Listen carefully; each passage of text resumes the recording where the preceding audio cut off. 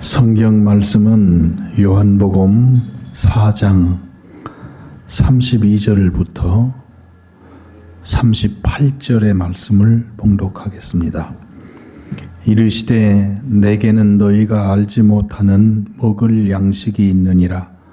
제자들이 서로 말하되 누가 잡수실 것을 갖다 드렸는가 하니 예수께서 이르시되 나의 양식은 나를 보내신 이의 뜻을 행하며 그의 일을 온전히 이루는 이것이니라.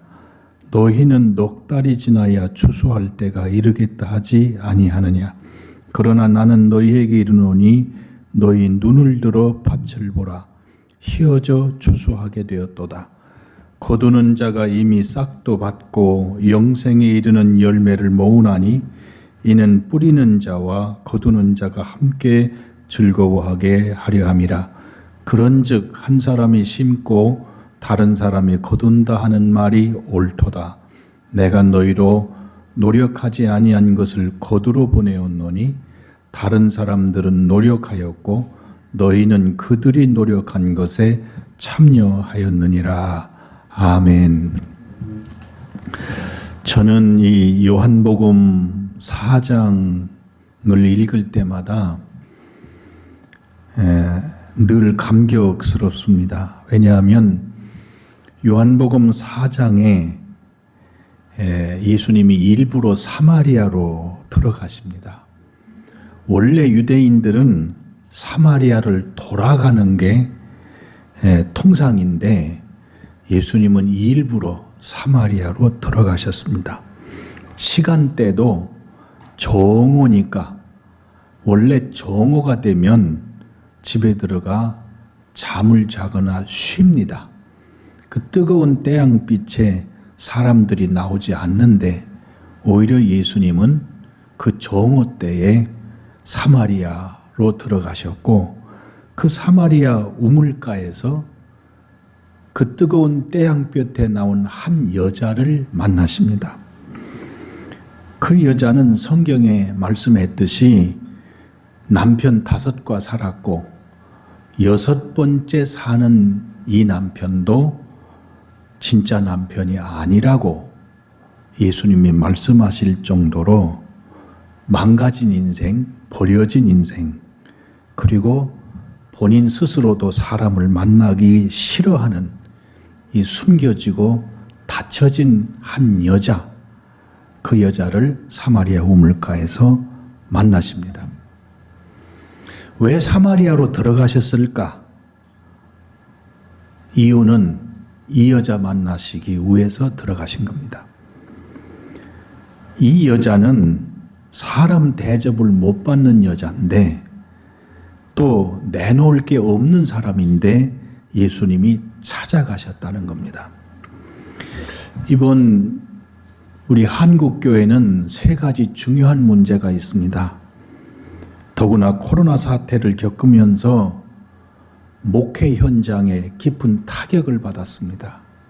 그래서 교회 회복이 한국교회에게 주어진 큰 과제입니다. 또 선교사님들이 줄줄이 선교 현장을 이탈해서 본국으로 돌아오셨고 선교의 다음 대안을 마련하기 어려워서 선교의 자리가 무너져 내렸습니다. 그래서 선교 회복이 한국교회에게 주어진 큰 과제입니다. 또 하나 우리가 더 심각하게 생각해야 될 것은 우리 후손들입니다. 교회 학교가 없어지고 다음 세대의 아이들이 교회를 떠나고 있고 출산율은 저하되고 있습니다. 만약에 다음 세대 아이들이 줄어들면 100% 다음 세대의 교회도 줄어듭니다. 교회라는 조직이 줄어드는 게 아니고 한 영혼을 구원하는 구원 사역이 쇠퇴하는 겁니다. 그래서 우리 한국교회와 우리 이 시대에 살고 있는 성도들에게 참으로 주어진 큰 과제는 다음 세대 회복입니다. 복음으로 회복시키는 다음 세대 회복. 이것은 한국교회에게 주어진 가장 큰 과제입니다. 교회 회복, 선교 회복, 다음 세대 회복. 이것은 참으로 가슴 아픈 문제이며 동시에 이 시대에 우리에게 주어진 사명이기도 합니다. 이번에 교육목회 엑스포 22 시작은 그런 의미에서 멈추지 말고 무엇이든지 해야 됩니다. 죄송하지만 엑스포 22가 아니어도 타 교단에서 다른 데서라도 교회 학교를 살리자는 운동이 있는데 감독회장님 와주십시오. 그러면 교파를 초월하고 저는 무조건 갈 것이고, 그것은 감리교만의 문제가 아니고 한국교회 문제예요. 더 근본적으로 영혼 구원의 문제이기 때문에 저는 누구든지 해야 된다고 봅니다. 그리고 이 후세대를 위한 전도, 교육목회 회복은 하면서 꼭 성공해야 된다. 그렇습니다. 성공해야 되지만 하는 것 자체로서 우리는 본질적으로 격려해야 되고 지원해야 되고 도와줘야 된다고 생각을 합니다. 그런 의미에서 지금 우리가 겪고 있는 이 어려운 시대에 다음 세대 회복을 위해서는 첫째로 찾아가는 것이 필요합니다. 제가 교회 학교 다닐 때에는 교회로 아이들이 몰렸습니다. 제가 목회하던 72년도 저 경상도 산골 동네에 교회가 작은 농촌교회인데도 그 밑에 농촌에 초등학교, 국민학교죠. 있었는데 그 국민학교 다니는 학생의 80%가 우리 교회 나왔습니다. 생각해보면 교회가 아니면 연극이 어디서 봅니까? 교회가 아니면 노래를 배울 데가 어디 있습니까? 동네 사람들이 소식을 밖에 정세가 흘러가는 것을 교회를 통해서 들었습니다. 그러니까 아이들은 지금처럼 텔레비가 있고 콘텐츠가 많고 그럴 때와는 달리 교회 외에는 접촉점이 없었습니다. 그래서 부모님이 믿든 안 믿든 애들은 주일날 교회로 몰려왔던 시대가 있었습니다. 지금은 아닙니다. 그때 당시에 교회 와서 교회 다니던 아이들이 현재의 한국교회 저희들 세대의 사람들이고 우리 50대, 60대의 사람들, 그 사람들이 바로 그때 교회 학교 학생들입니다. 그런데 세월이 지났습니다. 교회에서는 시대를 알려주는 시대적 콘텐츠가 세상을 못 따라가고 이제는 결국은 교회 중심이 아닌 밖에 볼 것이 너무 많고 누릴 것이 많기 때문에 교회는 점점 쇠퇴하게 되고 아이들이 교회를 오지 않습니다. 그러면 교회 오지 않는 아이들, 시대의 변화, 이것 때문에 포기해야 되느냐? 아닙니다. 예수님처럼 찾아가야 됩니다. 그것도 묻혀진 사람, 버려진 사람도 버리지 않으시는 예수님을 따라서 지금은 하나의 하나를 찾아가고 한 사람 한 사람을 찾아가는 전도, 복음을 전하는 태도를 가져야 합니다. 개척교회를 열어놓고 교인이 오기를 기다리는 목회자는 안 됩니다. 교인을 찾아가야 되고 사람을 찾아가는 목회를 해야 개척교회가 되듯이 지금도 우리 아이들은 선생님들이 찾아가야 됩니다. 두 번째로 여기 보면 이 요한복음 4장을 쭉 읽어보시면 이 여인과 만나서 놀라운 얘기를 하십니다. 죄인인데 사람 취급 못 받는데 영적 얘기를 하십니다. 그리고 영적인 비밀을 이 여자에게 털어놓고 얘기를 하셔요. 그리스도가 오시면 우리가 분명히 알게 될 겁니다. 그런데 예수님이 내가 그러라 하십니다. 성경을 찾아보세요. 예수님께서 제자들에게도 자기가 그리스도이신 것을 말씀하시면서도 밖에 나가 얘기하지 말라고 하십니다. 쉬운 예로 베드로 고백이 있죠. 마태복음 16장. 사람들이 나를 누구라 하느냐? 너는 나를 누구라 하느냐? 주는 그리스도시요 살아계신 하나님의 아들이시니이다. 이렇게 말씀하신 신앙 고백 이후에 예수님께서 뭐라고 하십니까? 밖에 나가 얘기하지 말라고 하십니다. 그런데 이 여자한테는 대놓고 내가 그러라 그러십니다.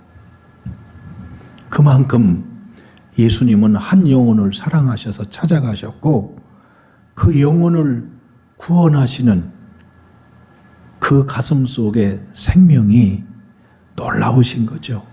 그런데 이 말씀을 하신 후에 제자들이 와서 그때 점심때가 지난 겁니다.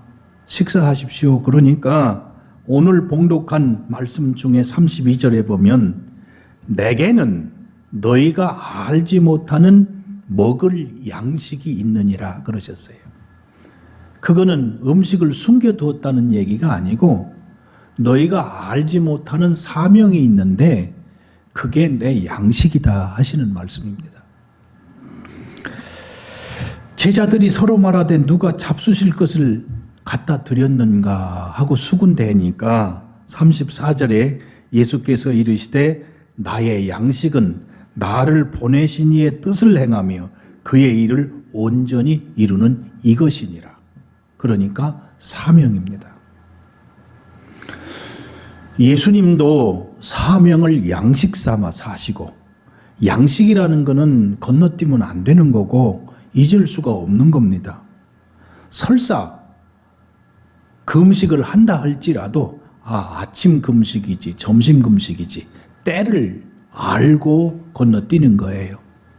그렇듯이 양식 삼았다 하시는 말씀은 사명을 한순간도 잊지 않으셨다. 그런 말씀입니다.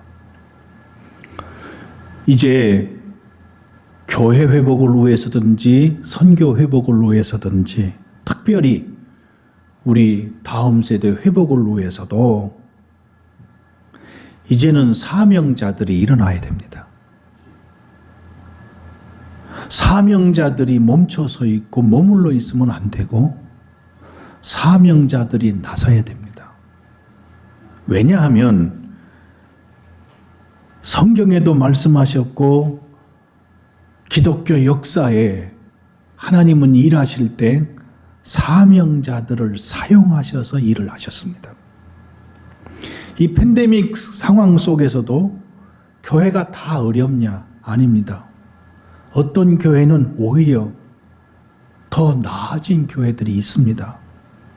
이 팬데믹 상황에서도 방법이 꽉 막혔냐? 아닙니다. 어떤 교회는 한 번에 10%만 모여라 그래도 이거를 쪼개어 나누어 가지고 심지어는 한 번에 모일 인원을 10분의 1만 모여라 그러니까 10개로 쪼개서 나누어 가면서도 마침내 예배를 드리고 말씀을 가르치고 기도하는 교회도 있습니다. 무슨 말이냐면 아무리 어려워도 사명은 막을 수 없다는 겁니다. 그런 의미에서 이 다음 세대 회복은 사명감을 느끼고 뜨거운 가슴이 있는 사람들이 해야 되는 겁니다. 그 사람들이 일어나 할 수 있도록 하나님은 지금도 일하고 계신 겁니다. 요한복음 5장에 중요한 말씀이 있어요. 내 아버지께서 지금까지 일하시니 나도 일한다 그러셨어요.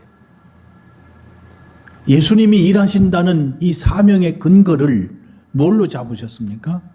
아버지께서 일하신다는 겁니다. 그러므로 자기도 일하신다는 거예요. 저는 지금도 하나님께서 일하심을 믿습니다. 누구를 통해서냐? 사명을 가진 사람들, 사명을 느끼는 사람들, 사명에 들끓는 사람들이 그 사명을 감당할 것입니다. 그러므로 결국은 모든 사람들이 사명감을 가지기를 간절히 바라지만 사명감이 없어 쇠퇴한다는 것에 너무 집착하지 말고 자신이 사명을 느끼면 일하면 됩니다. 그리고 일을 해야 되는 겁니다. 하나님은 그들을 통해서 일하시고 계심을 믿습니다. 아마 이번에 우리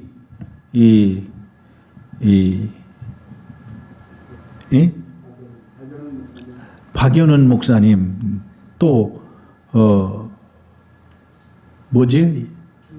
교육목회 엑스포 22 이게 새로운 시도거든요. 시도고 도전입니다.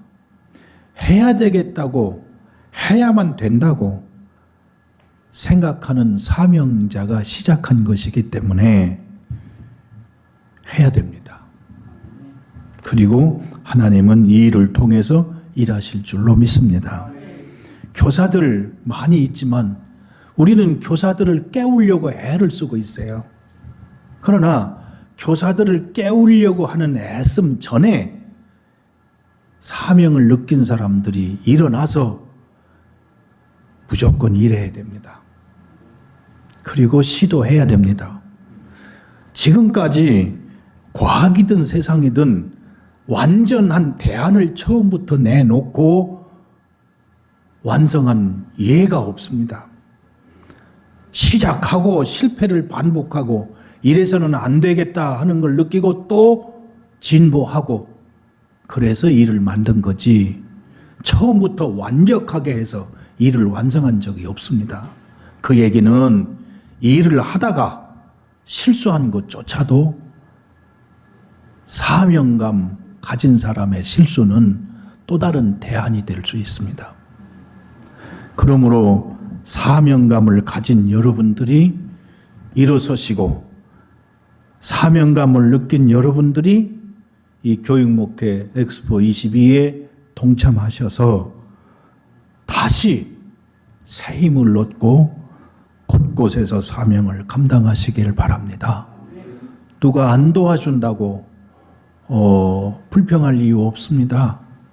혼자면 혼자 하고 혼자 하다 보면 또 하나님이 사람을 일으켜 주실 것이고 그리고 더 강해질 수 있도록 하나님이 방치하지 않으시리라고 믿습니다. 마지막 세 번째로 하나님의 일을 하는 사명자는 절대 낙심하면 안 됩니다. 35절에 보면 예수님이 이상한 얘기를 하셨어요. 너희는 넉 달이 지나야 추수할 때가 이르겠다 하지 아니하느냐. 지금요 예수님이 보시는 앞에 밭이 있는 겁니다. 밭이 있는데 아직 추수하려면 시간이 한 넉 달이나 돼야 추수할 텐데 지금 심어놓아서 파릇파릇 싹이 났든지 아마 이런 광경을 보시고 하시는 말씀이에요. 보시면 넉 달이 돼야 추수하겠다고 하지 않느냐. 다 사람들이 다 그렇게 얘기하는데 그러나 나는 너희에게 이르노니 너희 눈을 들어 밭을 보라. 희어져 추수하게 되었도다. 그러니까 지금 넉 달 이후에 추수를 미리 보는 겁니다. 이거는 중요한 얘기입니다. 사람들이 씨를 뿌려놓고 날 것을 기대하기 때문에 땀을 흘리는 거거든요. 그런데 그 기대를 그 믿음이 없이는 어떻게 가서 거기다가 헌신하고 일하느냐고. 기독교는 본질적으로 절망의 종교가 아닙니다. 성경 어느 곳에도 안 된다, 끝이다, 마지막이다, 더 이상은 방법이 없다가 말한 곳이 없습니다. 예수 그리스도는 영원한 생명이시고 그 영원한 생명이기 때문에 우리는 이 땅에서도 변치 않는 영원한 소망을 가지고 사는 겁니다. 이 관점을 우리 사명자들이 가져야 됩니다. 아직 씨 뿌려놓고 저게 언제 자라겠나? 자라다가 바람 맞고 비 맞고 또 태풍으로 이거 싹 망치면 어떻게 하나? 그럴 수는 있지만 그 생각을 하지 않습니다. 예수님은 추수할 때가 되었도다. 만약에 사명자가 뜨거운 가슴도 좋고 또 열정도 가지고 있지만 변치 않는 소망을 가지지 못하면 일 못합니다. 하다 중지하고 중간에 포기합니다. 안 돼도 하나님이 다시 일으키실 줄로 믿고 거둘 때가 있을 줄로 믿고 변함없는 소망을 갖고 일을 해야 되는 겁니다. 이 소망은 우리에게 반드시 사랑의 열매를 맺도록 우리를 이끌어줍니다. 거두는 자가 이미 싹도 받고 영생에 이르는 열매를 모으나니 이는 뿌리는 자와 거두는 자가 함께 즐거워하게 하려 함이라. 역할이 있다는 거죠. 어떤 사람은 뿌리고 어떤 사람은 거둔다. 동역입니다. 뿌린 사람의 이름을 몰라도 이 뿌린 사람 때문에 거둔다는 것을 알고 서로 함께 해서 이 결실을 맺었다는 것을 깨닫는 사명자는 폭이 넓은 사람입니다. 그리고 깊이 있는 태도를 갖고 일할 겁니다. 내가 다 이루었다 하지 않고 누군가가 여기에 씨를 뿌린 사람들이 있으니 그러므로 나도 이것을 거둘 수 있게 되었다고 생각하는 순간 그의 사역은 진중하고 그의 사역은 겸손하고 그의 사역은 폭넓은 안목을 갖고 사역을 하게 될 것입니다. 저는 예수님이 이 말씀을 하신 것은 밭에 지금 씨를 뿌렸는데 넉 달 후면 나겠다는 이 자연적 이치를 말씀하시는 게 아니고 영혼 구원의 사역을 알기 쉽게 우리에게 말씀해 주신 겁니다. 그러므로 지금까지 한국교회는 그 전에 누군가가 피 흘리며 뿌렸던 씨앗들이 거두는 때가 있었고 이제는 거두는 때를 지나서 또다시 시대적 비바람이 몰아치고 어려움이 왔지만 그러나 하나님은 한국교회를 버리지 않으시고 우리 민족을 버리지 않으시고 다시 새로운 부흥운동이 일어날 것을 믿는 사람이라야 어려움에도 낙심하지 않고 일하게 될 것을 믿습니다. 교회를 바라보거나 교단을 바라보거나 이런 하나님께서 우리를 버리시지 않고 함께 하신다는 믿음이 없으면 절대 못합니다. 왜냐하면 교육 목회든 교회 목회든 모든 사명자의 사역은 일시적인 퍼포먼스가 아니기 때문에 그렇습니다. 그것은 지속되는 삶이어야 되기 때문에 과거에 우리 어른들이 굶어도 낙심하지 않고 입을 것이 없어도 낙심하지 않고 먹어도 그것에 빠지지 않고 끊임없이 복음을 위해 일했던 우리 선조들 때문에 우리가 이 축복을 누리고 있는 겁니다. 그리고 함께 했던 많은 분들의 수고와 노력을 기억하기 때문에 이것이 온전히 내가 했다고 말하지 않음으로 해서 우리는 서로 깊은 협력과 그리고 사랑을 가지고 선한 열매를 맺게 되리라고 믿습니다. 제가 볼 때 우리 박연은 목사님은 아이들 설교에 아주 최적화된 인물입니다. 지금 이때 어른 목회로 가면 그거는 잘못된 길로 간다고 보고 있어요. 그러니까 아이들에게 생명을 걸고 다음 세대에게 생명을 걸고 사명을 다하시길 바랍니다. 그 사명을 다하시는 그 중심을 보시고 지금도 지금까지 멈추지 않으시고 일하신 하나님의 은혜가 함께 하실 줄로 믿습니다. 그리고 이 교육목회 엑스포 22에 참석하신 모든 우리 교사들, 사명을 느끼는 하나님의 사람들, 낙심하지 마시고 승리하셔서 마침내 키워져 추수하게 되었다. 그리고 추수 과정에 한 영혼을 거두는 과정에 영생에 이르는 열매를 모으는 과정에 누리는 기쁨을 누리시고 최후 승리를 거두시기를 주님의 이름으로 축복합니다.